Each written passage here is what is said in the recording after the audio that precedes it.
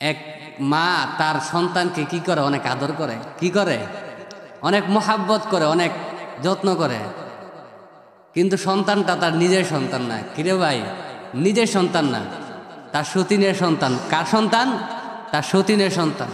সতীনের সন্তানকে এত মোহাব্বত করে, এত ভালোবাসে, এত আদর করে, কোল থেকে নামাই না, সারাদিন কোলের মধ্যে রাখে।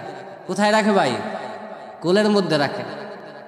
তো সবাই তো অবাক, ব্যবহার কিরি, তার নিজের সন্তানকে মাটির মধ্যে ছাইড়া দিছে আর সতীনের সন্তানকে কোলের মধ্যে রাখে। বিষয়টা কি? এত ভালো হয়ে গেছে, এত ভালো। তো ওই মহিলার বান্ধবী আইসা বলে, তুই তো এত ভালো ছিলি না। কি ছিলি না রে ভাই? তুই তো এত ভালো ছিলি না, এত ভালো হইলি কবে? নিজের সন্তানের খবর নেস না, অন্যের সন্তানরে টানাটানি, অন্যের সন্তানরে সারাদিন কোলে রাখর, ব্যাপারটা কি?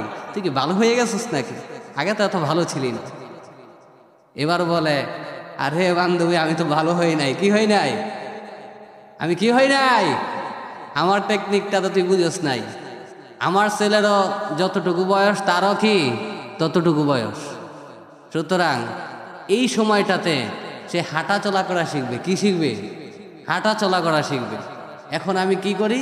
আমার সন্তানটারে মাটির মধ্যে ছাইড়া দেই, সে কষ্ট করে হাফুর পারবে, মাটির মধ্যে খেলবে, হাঁটা চলা শিখবে, তার হাত পা কি হবে? মজবুত হবে। আর এই সময়ে আমি আমার সতীনের সন্তানকে কোলের মধ্যে তুলে রাখি, এই জন্য যাতে সে শক্তি সঞ্চয় করতে না পারে, তার হাত পাও যাতে মজবুত না হয়, সে যেন উঠে দাঁড়াতে না পারে। এইভাবে 2 বছর যাইতে যাইতে আমার সন্তান উঠে দাঁড়াবে, আর তার সন্তান কি এইভাবে আতুরা নেঙ্গুরা হয়ে থাকবে। আমার ছেলে তার ছেলের কোমরের মধ্যে লাথি দেবে, ঠিক কিনা? তো কি বুঝলাম? বাহ্যিক দৃষ্টিতে আমরা তো দেখতেছি সন্তানটাকে কত আদর করে, মোহাব্বত করে।